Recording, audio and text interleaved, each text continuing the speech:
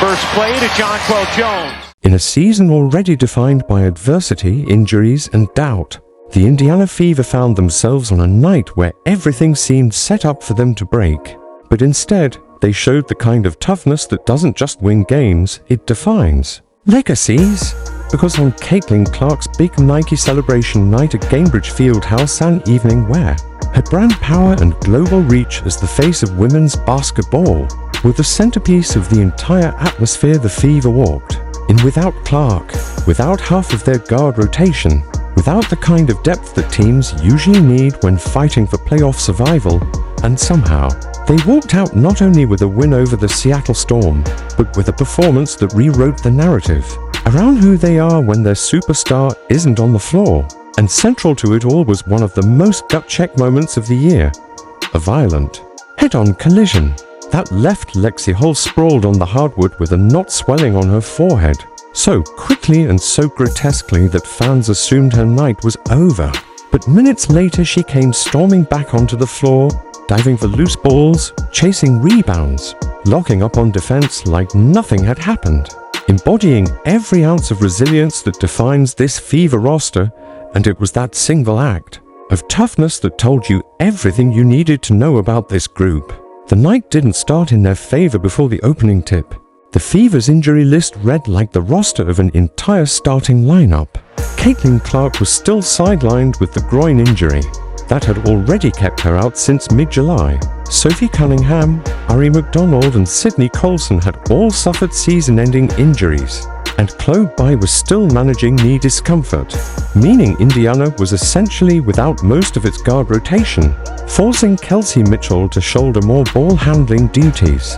Odyssey Sims to play heavy minutes despite just recently finding rhythm in the system, and everyone else on the bench to stretch their roles thin, while Aaliyah Boston, the franchise cornerstone in the post, was left to carry not only the physical scoring burden inside, but also the emotional leadership that comes with holding together a short-handed team on a night that was as much about spectacle as basketball, because everywhere you looked inside Gainbridge, Caitlin Clark's presence was felt through Nike's celebration, her new logo plastered on banners, promotional shirts draped over seats, selfie stations flooded with fans wanting a piece of the moment, even chants and camera flashes whenever she appeared courtside. But the bitter irony was that the player at the center of it all was in street clothes, forced to the sidelines while her teammates fought to protect their playoff lives, entering the game with a 19-18 record, clinging to the 8th and final postseason spot while Seattle sat ahead of them in 6th, meaning every possession wasn't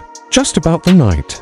It was about survival in a standings race where a single win or loss could swing entire playoff dreams. That weight was clear in how the Fever started, aggressive, locked in, refusing to let their depleted roster or the absence of their star become an excuse. Aaliyah Boston, in particular, played with a ferocity that stood out even more because she wasn't being spoon-fed the ball by experienced point guards who knew her tendencies. Instead, she took it upon herself to attack off the dribble, to lower her shoulder, to get inside position against defenders, and to set the tone on both ends, even taking on the NECA assignment defensively, proving that when she brings that low-to-high mindset in her footwork, she is unguardable, and that mentality was infectious. But the first quarter brought the kind of moment that could have easily broken everything. Lexie Hull, already one of the few healthy guards left and one of Indiana's most important perimeter defenders, was hustling for a loose ball under the basket when she and Gabby Williams of Seattle collided head-to-head with such force that the sound echoed through the arena. Both players immediately crumpled to the floor, grabbing their faces, and for a long, uneasy stretch, neither got up quickly. The silence inside Gainbridge punctuated only by gasps from fans watching the replay on the Jumbotron, where the slow motion showed skulls colliding with sickening impact. Williams stayed down, eventually making her way to the bench. But Hull's situation looked worse. She clutched her forehead, and by the time she reached the tunnel to head back to the locker room, the swelling was already visible and enormous. not forming above her eye, so grotesque it could be seen even from the stands, and fans watching at home cringed at the sight. Assuming what most people in the building did, her night was over. With 6 players already missing, losing Hull would have been the breaking point, because while she isn't a flashy scorer, she is the glue. She guards the opponent's best perimeter option. She chases every 50-50ths ball. She dives on the hardwood when others hesitate, and her energy is the connective tissue of Indiana's defensive identity. Without her, the Fever would have been forced to expose their already thin rotation to mismatches against Seattle's veteran guards, and everyone knew it. The mood dipped, the collective thought running through the crowd: if she's out, how do we survive? But then something incredible happened. Minutes later, just when the Fever looked like they'd lost one more soldier in a war of attrition, Hull re-emerged from the tunnel, the knot still protruding grotesquely from her forehead, and checked back into the game. The crowd erupted, the roar as much about disbelief as support, because here was a player who had every excuse to call it a night, maybe even to sit the next game. But instead she walked back on the court, and on her very first defensive possession, she dove onto the floor after a loose ball, fearless, reckless, and completely committed, like the swelling didn't exist. And that moment flipped the energy inside Gainbridge completely. From silence and worry to standing ovations, Hull's toughness became the spark that carried Indiana the rest of the way. After the game, she laughed about it, admitting she was dazed at first, felt the knot growing immediately, could literally see it in her peripheral vision without needing a mirror or the video board, and that her teammates kept joking she looked beautiful despite the massive lump. But behind the humor was a truth every fan could see. Her willingness to come back told you everything about this Fever team's heart. And it wasn't just Hull. Kelsey Mitchell, with a quick first step, carried stretches of the offense. Odyssey Sims provided steady veteran decision-making, and Boston anchored both ends with the kind of poise that makes her the centerpiece of Indiana's future. They played with urgency born of their position in the standings, knowing that dropping another game after losing 4 of their last 5 could sink them toward elimination, and they played with the grit of a group tired of being defined only by Clark's presence. Even Aaliyah Boston's post-game words reflected that mindset. She acknowledged the importance of the win given Seattle's position in the standings, but she emphasized the team's motto all year: be where your feet are, focus on the game ahead, don't let the weight of the playoff race distract from the task at hand. And yet, in truth, everyone knew this wasn't just another game, it was a statement. On Caitlin Clark's Nike night, when all the branding and spectacle screamed, "This is Clark's team," the Fever proved that while she is the face of the franchise and maybe the sport, they are far more than just her supporting cast.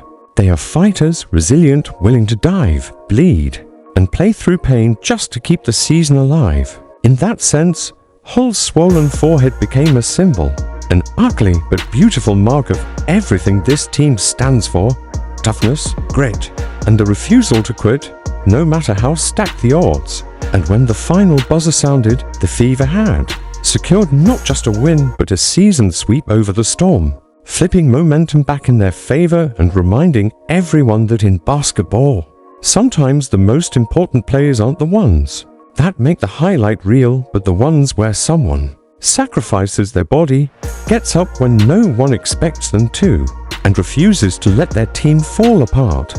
That's what Hull did, that's what Boston did, that's what Mitchell and Sims did, and that's what this Indiana Fever team continues to do. Write their story of toughness one game at a time, proving that even in the shadow of superstardom, resilience shines. Dix for the Fever.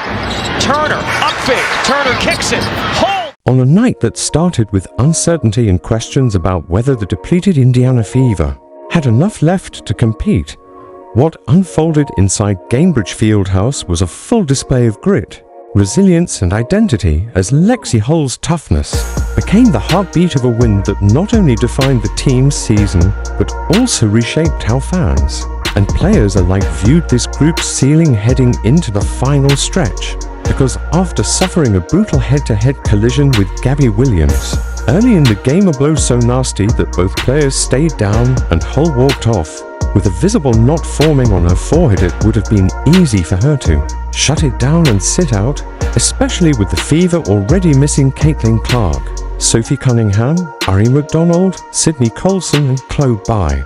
But instead Hull returned to the court minutes later, diving on the floor, crashing the glass, and hustling like nothing had happened, a decision that her teammates, coaches, and even the GM later described as the embodiment of toughness.